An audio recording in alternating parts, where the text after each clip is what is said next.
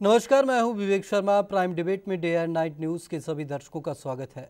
हरियाणा में विधानसभा चुनाव अगर तुरंत करा दिए जाएं तो नई सरकार भाजपा की बन सकती है। विधानसभा चुनाव की सरगर्मी में पहला ओपिनियन पोल आया है। नीलसन के सर्वे में भाजपा गठबंधन को स्पष्ट बहुमत मिलता हुआ नजर आ रहा है। कांग्रेस तीसरी जबकि इनेलो दूसरी बड़ी पार्टी के रूप में उभर कर रहे हैं। चुनावी सितंबर के आखिरी में या अक्टूबर के शुरू में हो सकते हैं। तो चर्चा के लिए हमारे साथ जुड़ रहे हैं, हमारे साथ मेहमान हैं। सबसे पहले आपका उनसे रूबरू करा देता हूं। ज्ञानचंद गुप्ता जी हैं, बीजेपी नेता से हैं। आशुतोष जी हैं, वरिष्ठ पत्रकार हैं। तो चर्चा की शुरुआत करेंगे। जो नीलसन का सर्वे आया है उसने कहीं ना कहीं भाजपा को एक बार फिर कहीं ना कहीं गदगद किया है। ज्ञानचंद जी, आपके पास सबसे पहले आना चाहूँगा। कहीं ना कहीं जो नीलसन का सर्वे आया है दर्शाता है कि लोकसभा चुनाव के बाद भी अब कहीं ना कहीं भाजपा मजबूत स्थिति में राज्यों में दिख रही है। देखिए, बिल्कुल जो सर्वे आया है मैं समझता हूँ कि हमें उससे ज़्यादा सीटें मिलने वाली हैं। जो परिणाम लोकसभा चुनाव के अंदर आए थे, हम हरियाणा प्रदेश के अंदर 52 सीटों के ऊपर आगे थे। हमने वो सीटें जीतने की स्थिति में थे और 13 सीटें ऐसी थी जो हम नंबर 2 पोजीशन पे थे।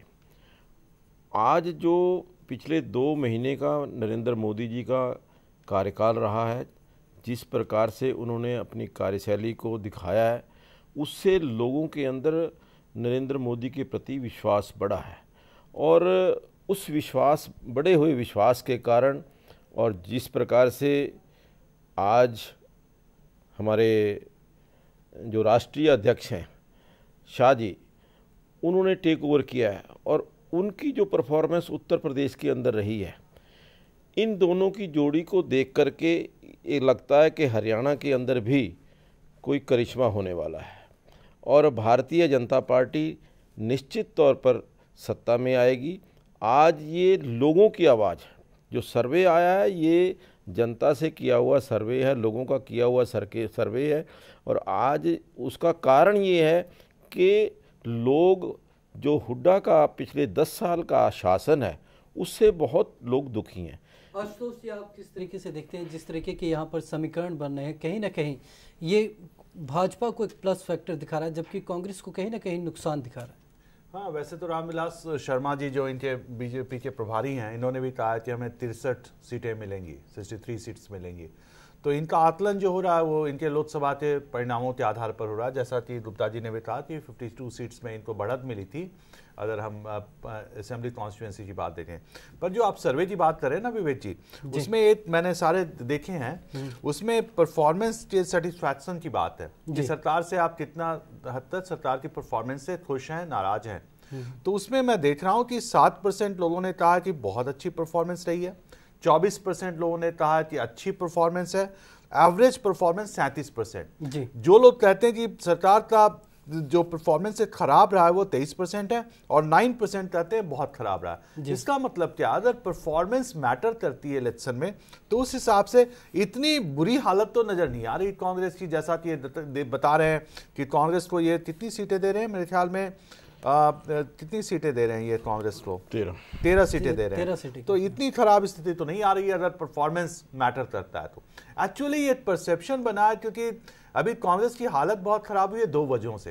एक तो कांग्रेस के बहुत ही बड़े नेता जो काफी समय से कांग्रेस में रहे, 40 सालों तक रहे, जिनका जनाधार रहा, जो इंपॉर्टेंट फैमिलीज से आते हैं, जैसे छोटू राम की फैमिली से वीरेंद्र सिंह आते हैं, जिनका एक अपने समुदाय पर प्रभाव है, वो कांग्रेस से नाराज चल रहे हैं, कांग्रेस को छोड़कर जा रहे हैं।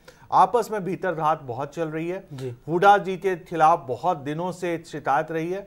तो एक तो ये फैक्टर है जिसकी वजह से लग रहा है कि कांग्रेस आपस में ही एक दूसरे को काटने की कोशिश करेगी। चलिए आपको वो रिपोर्ट दिखाते हैं जिसमें नीलसन का नया सर्वे आया है। तो ये रिपोर्ट,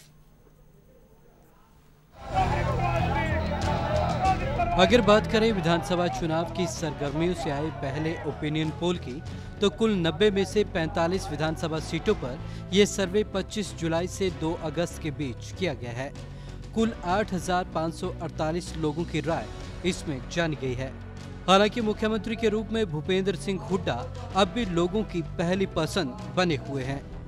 हरियाणा चुनाव में पीएम नरेंद्र मोदी की लोकसभा के बाद पहली परीक्षा होगी।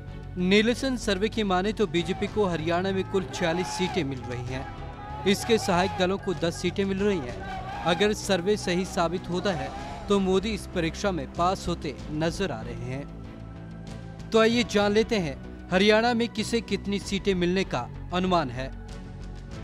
कुल सीटें 90, बीजेपी 46, एचजेसी 10, कांग्रेस 13, आईएनएलडी 19 व अन्य 2 पर काबिज होते दिख रहे हैं। अगर भाजपा, हजका व इनेलो साथ आ जाएं, तो आंकड़े क्या कहते हैं? भाजपा और यह गठबंधन 80 सीटों के पार हो जाएगा। कांग्रेस 8 सीटों पर जबकि अन्य 2 सीटों पर काबिज होंगे।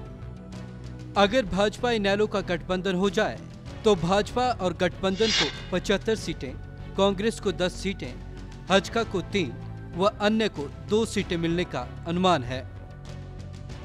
वहीं अगर भाजपा मैदान में अकेले उतरे तो भाजपा 43, इनेलो 26, कांग्रेस 16, हजका 3 व अन्य 2 पर काबिज होती दिख रही है। चर्चा में एक और मेहमान हमारे साथ जुड़ गए हैं। एसके नायर जी हैं, कांग्रेस नेता हैं। एसके नायर जी, आपसे जानना चाहूँगा, जो सर्वेक्षण आया है कहीं ना कहीं बीजेपी को बढ़त दिखा रहा है, हालांकि कांग्रेस को काफ़ी नीचे दिखा रहा है, क्या कहना चाहेंगे? अभी तो वैसे इतनी जल्दी कहना एक बहुत ज़्यादा जल्दी होगी मेरे हिसाब से जी, क्योंकि अभी ना तो अभी इलेक्शन डिक्लेयर हुए हैं, ना कोई अभी तक डेट बनी है कोई किसी तरीके से। तो इस वक्त अभी ये नहीं पता कल क्या समीकरण होंगे, क्या नहीं होंगे, क्या गठबंधन होंगे, क्या नहीं होंगे। अभी बीजेपी और इनका हजका का चल रहा है, कभी इनका आईएनएलडी का चल रहा है और कभी ये कांग्रेस के साथ चल रहा है। कुछ ऐसे कई जो एस्पेक्ट हैं अभी पब्लिक का, अभी को आप माइंड अभी जो अगर चाहो तो क्लियर नहीं किया जा सकता, ऐसा मेरा अपना। ज्ञानचंद जी, आपके पास आना चाहूँगा। कहीं ना कहीं आज गठबंधन को लेकर बात उठी है। जिस तरीके से आज कुलदीप बिश्नोई ने आज साफ कर दिया है कि आज रात तक का वो वक्त दे रहे हैं, हालांकि कल वो कहीं ना कहीं किसी फैसले पर होंगे। जिस तरीके का गठबंधन यहाँ डामाडोल चल रहा है, स्थिति यहाँ भी कुछ गंभीर लग रही है। देखिए, भारतीय जनता पार्टी अपनी स्थिति पहले ही स्पष्ट कर चुकी है। उन्होंने कहा है कि बदली हुई परिस्थितियों में आज गठबंधन के ऊपर पुनर्विचार की, सीटों की एडजस्टमेंट को लेकर के पुनर्विचार की आवश्यकता है। और हमने कहा कि बैठ कर के बातचीत करिए, और वो बातचीत जो है अभी तक कहीं किसी कंक्लूजन पर नहीं पहुंची है। और हमने ये भी कहा है कि हमारा जो अंतिम निर्णय है वो हमारा पार्लियामेंट्री बोर्ड करता है। इसलिए जो भी आज जिस प्रकार से आपका आज जो सर्वे आया है वो भी बता रहा है, और जो पिछले चुनाव की परिस्थिति रही है, हाँ, मतलब उसको देखते हुए यहाँ पर सवाल भाजपा पर भी उठ रहे हैं कि आखिरकार गठबंधन है, गठबंधन के वक्त इस समय तो स्थिति कहीं ना कहीं भाजपा को भी साफ करनी चाहिए। नहीं, हमने तो कहा है उनको कि आप बैठ करके बात करिए। 45 सीटों के ऊपर हमारा। कुलदीप बिश्नोई तो भाजपा पर आरोप लगा रहे हैं कि अमित शाह और नरेंद्र मोदी उन्हें मिलने तक का समय नहीं दे रहे। नहीं, ऐसा बात नहीं है। वो नीचे असल में क्या है कि कुलदीप बिश्नोई जी जो प्रदेश की लीडरशिप है उसके साथ बातचीत नहीं करना चाहते। वो सीधे अमित शाह जी से और आदरणीय नरेंद्र मोदी जी से बात करने के लिए इच्छुक हैं। और जो भी निर्णय होता है आखिरकार विचार विमर्श तो ग्राउंड के ऊपर तो ये है कि हमारी बातचीत तो प्रदेश स्तर पर होनी चाहिए। प्रदेश स्तर से होकर के अंतिम निर्णय जो है वो पार्लियामेंट्री बोर्ड ने करना है। तो इसलिए ये कि मुझे नरेंद्र मोदी जी समय नहीं दे रहे, अमित शाह जी समय नहीं दे रहे, तो मैं समझता हूँ कि पहले यहाँ तो बातचीत कर लें, यहाँ की जो लीडरशिप है उनके साथ तो बातचीत कर लें। और हमारी जो लीडरशिप है उसने बड़ा क्लियर कहा है कि जो ये 45 की बात करते हैं और मुख्यमंत्री पद की जो बात करते हैं उसके ऊपर पुनर्विचार होना चाहिए, और पुनर्विचार के पश्चात जो बदली हुई परिस्थितियाँ हैं उसके मुताबिक कोई निर्णय होना चाहिए। आशुतोष जी, जिस तरीके से सर्वेक्षण आया है, सर्वेक्षण कहीं ना कहीं आपको एक दिशा दिखा रहा है कि अगर आप चीज़ों को सही तरीके से मैनेज करोगे तो आप यहाँ तक अचीव कर पाओगे। तो कहीं ना कहीं ये स्थिति भाजपा और कांग्रेस के लिए दोनों को सोचने को यहाँ पर एक समय दे रही है कि अभी परिस्थितियाँ अभी वैसी बदली नहीं है, कहीं ना कहीं सोच बदलने की ज़रूरत है, तालमेल बैठाने की यहाँ पर ज़रूरत है। विवेक जी, आप बिल्कुल सही कह रहे हैं। देखिए, सर्वेक्षण जो है अभी बहुत ही शुरुआती दौर में हुआ है। हमें ये भी नहीं पता कि किस तरह से उन्होंने रिस्पोंडेंट को चूज़ किया, सिलेक्ट किया, ये कितना रिप्रेजेंटेटिव सैंपल था, कितना ज़्यादा साइंटिफिक था, किस तरीके से इन्होंने ये डेटा इकट्ठा किया, इन्होंने तो कुछ नहीं रिवील किया है। मैंने इंटरनेट पे भी देखा, वो सिर्फ एक डेटा दे रहे हैं। तो 8,000 ऐसे तो नहीं हो सकता ना कि मैं बस स्टैंड से गिरूं और बस स्टैंड से पूछना शुरू कर दूं 5 लोगों से। तो इनका मेथड क्या था, मेथोडोलॉजी बहुत इंपॉर्टेंट है, वो उनको रिवील करनी चाहिए। तो एक तरह से क्रेडिबिलिटी पे सवालिया निशान लग सकता है। पहली बात। नायर साहब, आपके पास आना चाहूँगा। जिस तरीके से यहाँ पर कांग्रेस को काफ़ी कम सीटें दर्शाई गई हैं, कांग्रेस का ग्राफ काफ़ी नीचे दर्शाया गया। हालांकि कांग्रेस अगर ग्रास रूट लेवल की बात करें तो कहीं ना कहीं कांग्रेस का कार्यकर्ता ज़मीन से जुड़ा हुआ कार्यकर्ता है।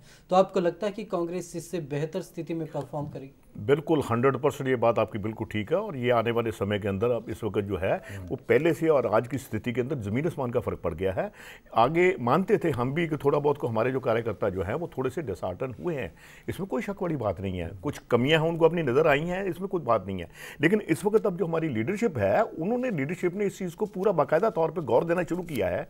और उसकी वजह से जो है कार्यकर्ता का इस वक्त जो है वो कुछ ना कुछ उसकी तरफ जो है झुकाव जो है वो आने से उसको कार्यकर्ता की तरफ से जो इस वक्त उनको लग रहा है कि हमारे साथ पब्लिक जो है वो हमें पूरा साथ देने नायर साहब, कहीं ना कहीं कांग्रेस पर दो बड़े सवाल यहाँ पर उठते हैं। जिस तरीके से वीरेंद्र सिंह कांग्रेस को छोड़कर गए हैं, भड़ाना कांग्रेस को छोड़कर गए हैं, काफ़ी दिग्गज नेता रहे हैं और काफ़ी लंबा कार्यकाल इनका रहा है। तो कहीं ना कहीं कार्यकर्ताओं पर इसका असर तो पड़ता है। बिल्कुल पड़ता है, इसमें कोई दूसरी राय नहीं है। आप बिल्कुल ठीक बात कह रहे हैं, इसमें कोई शक नहीं है। लेकिन फिर भी वो जितना हम लोग इसका इम्पैक्ट समझ रहे हैं कि इतना ज़्यादा इफेक्ट पड़ेगा, ऐसा कुछ चीज़ नहीं है, ऐसा कोई इम्पैक्ट नहीं है। क्योंकि इसमें ठीक है कि 1 महीने पहले जो हमारा जो भी सिचुएशन थी और आज की सिचुएशन के अंदर काफ़ी से ज़्यादा इंप्रूवमेंट है।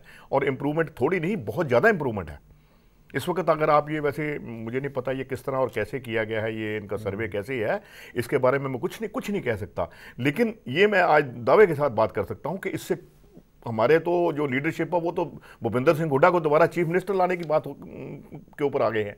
नहीं, सर्वे में ये बात सामने आई है कि Bhupinder Singh Hooda as a CM अब तक लोगों की पहली पसंद है। हाँ बिल्कुल। तो फिर अगर वो चीज़ आई है तो ज़रूरी बात है, एक बात चीज़ तो सर्वे में भी आपके पास सामने चीज़ आ गई है कि इसमें इंप्रूवमेंट तो हो रही है डे बाई डे।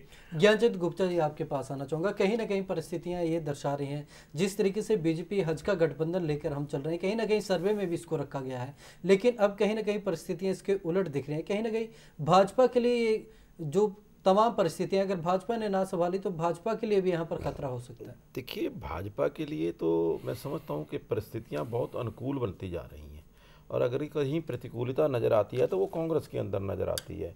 ये जो सर्वे हुआ है, जो ये जो आज चौधरी वीरेंद्र सिंह जी का भारतीय जनता पार्टी में, अवतार सिंह भडाना जी का छोड़ना और अजय जो यादव जी हैं उनका पार्टी को छोड़ना और वो धमकी देना, उसके पश्चात जो ये और अन्य नेता किरण चौधरी जी के बारे में भी बहुत तरह की अफवाहें चल रही हैं।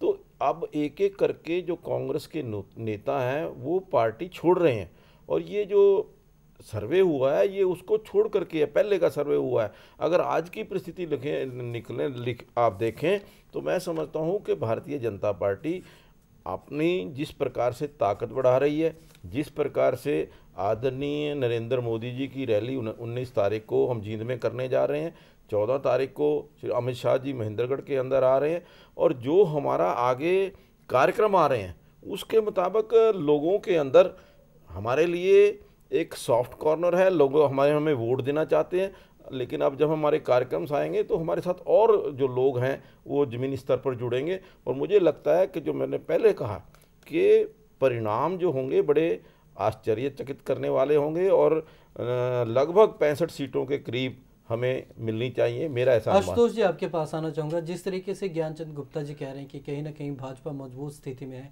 अगर सही मायनों में बात करें तो भाजपा का हरियाणा में ग्राउंड काफ़ी कम था और 4 सीटें मिली थी। कहीं ना कहीं लोकसभा चुनाव से एक अलग चुनाव विधानसभा का चुनाव होता है। बिल्कुल। तो कहीं ना कहीं जो भाजपा जिस तरीके का बड़ा एज लेकर चल रही है और बेसिक स्तर पर ना हुआ तो कहीं ना कहीं भाजपा को खामियाजा तो उठाना पड़ेगा। देखिए, 2-3 चीज़ें हैं। मुझे लगता है हरियाणा में लोकल इश्यूज ज़्यादा मैटर करेंगे, जैसे पंजाब में तरह, ठीक है, पहली बात। लेकिन एक और बात है हरियाणा के साथ जो बीजेपी के फेवर में जाती है। पहली बात कि वहाँ पे जो कांग्रेस सरकार है वो पिछले 10 साल से काबिज रही है, तो एंटी इनकम्बेंसी एक फैक्टर जो है सारी जगह माना जाता है कि 10 साल का वक्त रहा तो निश्चित तौर पे एक सत्ता परिवर्तन का एक माहौल बनता है, पहली बात। दूसरी बात, दिल्ली इफेक्ट। तो हरियाणा की पॉलिटिक्स इकोनॉमी बहुत कुछ दिल्ली से गाइडेड होती है और दिल्ली में आज बीजेपी की सरकार है, उसका भी फायदा शायद बीजेपी को मिलेगा। दूसरी बात, तीसरी बात, ये मोदी फैक्टर कह रहे हैं, मेरे ख्याल में मोदी जी का प्रभाव रहेगा हरियाणा में। पंजाब में तो उतना ज़्यादा प्रभाव नहीं लग रहा, पर हरियाणा में रहेगा। एक तो जो मिलिट्री, जो आर्म फोर्सेस के बहुत लोग हैं, उनके बीच में थोड़ा भाजपा का प्रभाव रहा है और इनके जो वीके सिंह के आने से भी ये सब का भी प्रभाव रह सकता है, पर मोदी इफेक्ट। पर इसके साथ ही आप ये देख लीजिए कि पिछला चुनाव हुआ अप्रैल में, अब चुनाव होगा अक्टूबर में, 6 महीने का समय आ गया। हनीमून पीरियड क्या कायम रहेगा? क्या जनता ये भी देखेगी अच्छे दिन आए या नहीं आए? तो ये भी चीज देखनी पड़ेगी, है ना, क्योंकि अब ठिकरा ये बनेगा। चौथी बात, मैं लास्ट बात ये कहना चाहता हूं, बीजेपी की भी अपनी कमजोरियां हैं। बीजेपी के पास अभी कोई मुख्यमंत्री का उम्मीदवार नहीं है। बीजेपी के पास कोई भी एक ऐसा नेता नहीं है जो पूरे समग्र जो हरियाणा का नेता माना जा सके। हालांकि कांग्रेस में भी इलाकाई नेता ज्यादा हैं, पर हुड्डा साहब का एक है कि पूरे मतलब ये माने जाते हैं। अनलेस सुषमा स्वराज आना चाहें हरियाणा में मुख्यमंत्री के तौर पर या कोई नेशनल लीडर को प्रोजेक्ट करें, अदरवाइज ये सब परेशानियां रहेंगी बीजेपी के पास। मुझे लगता है कि बीजेपी को गठबंधन में रहना चाहिए, क्योंकि बीजेपी का कोई निश्चित जनाधार नहीं है जैसे इन लोग का है ना। तो उस तरह से जो बीजेपी को अच्छा रहेगा कि वो गठबंधन करे, और मुझे लगता है गठबंधन होगा। ये अभी उठापटक हो रही है, ये खींचातानी हो रही है, ये 45 सीट्स तो देने चाहिए। नायर साहब, आपके पास आना चाहूंगा। कांग्रेस के ऐसे कौन से 2 या 3 बड़े कदम होंगे जिनको सर्वे को नकार सके? नहीं, नकारने की बात ही खत्म है जब यहाँ पर लोगों के अंदर एक वो इस वक्त जो है उसका जनाधार ही इस वक्त जो है वो हमारा वो कांग्रेस पार्टी की तरफ झुकाव दोबारा आना शुरू हो गया है। उसके कुछ कारण है, जैसे अभी बताया गया है कि एक तो इसके अंदर जो है वो मोदी जी का जो, ठीक है वो कहते हैं कि 60 दिन और 60 साल का जो हिसाब किताब है उसका जो जवाब आप मेरे से आप 60 दिन में मांग रहे हैं, जो कि 60 महीनों मांगना चाहिए। तो ये चीज़ें जो हैं वो जो पब्लिक जिन्होंने वोट्स दी है ना, वो तुरंत उसका जो है वो मांगते हैं। वो इस चीज़ को प्रैक्टिकली जो है वो उसको सहने के लिए इतनी जल्दी तैयार नहीं है। तो वो उस चीज़ का भी जो इफेक्ट जो है वो इस चीज़ के ऊपर तो है ही है ना। तो वो इसलिए ये आप नहीं कह सकते कि जो आज तक कांग्रेस के लिए इतनी हमारी जो है 45 से ऊपर जो सीटें आती रही हैं, तो एकदम 4 या 5 या 10 के ऊपर नहीं रह जाएंगी जी। ये जरूरी नहीं है, ये पक्की बात है कि इस बार वो जैसा है ये इम्प्रूवमेंट बहुत अच्छी इम्प्रूवमेंट पे आ रही है। सब में जो जाटलैंड है, रोहतक, पानीपत, इस सब में कांग्रेस की कुछ सीटें रहेंगी। हाँ, बिल्कुल रहेंगी। इधर विकास भी इलाकाई भी बात करें ना, विकास भी का विकास बाकी इसमें कोई शक नहीं है कि बीजेपी इसके अंदर जो है वो गेनर है इस बार। विकास के मामले में तो विवेक जी मैं कहना चाहूँगा कि विकास के कारण ही आज पूरे हरियाणा के अंदर विकास नहीं हुआ। जिस प्रकार से विकास हुआ रोहतक के अंदर, केवल रोहतक के अंदर 8 या 9 रोहतक या झज्जर वो ही है, और एनसीआर उत्तर क्षेत्र का जिस प्रकार से शोषण हुआ, जिस प्रकार से उत्तर क्षेत्र को उपेक्षित किया गया, और उसका जो बड़ा जो लोगों के अंदर रोष है, वो रोष सामने आने वाला है, मतलब अब इसके अंदर चुनाव के अंदर। तो आज पिछले 10 साल से आज एक भी नौकरी मतलब इस क्षेत्र के लोगों को ना मिले, एक भी कोई डेवलपमेंट का प्रोजेक्ट ना आए, एक भी यहाँ पर कोई कॉलेज ना खुले, एक कोई बड़ा हॉस्पिटल ना आए, ये कोई यूनिवर्सिटी ना आए, ये सारी चीज़ें जो आज लोगों के मन के अंदर है। और वो जो उसका, क्योंकि पिछली बार उन्होंने कहा था कि अगले 5 साल के अंदर हम बिजली देंगे, 24 घंटे बिजली देंगे। चलिए ज्ञानचंद जी, मेरे पास अब समय की कमी है। चर्चा में आप तमाम मेहमानों का हमारे साथ जुड़ने के लिए बहुत बहुत धन्यवाद। कहीं ना कहीं अभी परिस्थितियां बहुत बदलने वाली हैं, हालांकि समय के बदलाव के साथ साथ ओपिनियन पोल में भी बदलाव आ सकता है, मगर पहली बार में बीजेपी को इस तरह की बढ़त मिलना भी ये दर्शाता है कि हरियाणा में अगर बीजेपी सही तरीके से चुनाव लड़ती है तो सत्ता की चाबी उसके हाथ लग सकती है। तो आज के प्राइम डिबेट में बस इतना ही, मुझे दीजिए इजाजत, नमस्कार। खबरों की दुनिया में आइए, हमारे साथ कहीं भी और कभी भी जुड़िए। हम मिलेंगे फेसबुक पर, हम दिखेंगे यूट्यूब पर, हमें फॉलो कीजिए ट्विटर पर। खबरों के साथ बने रहिए रात दिन।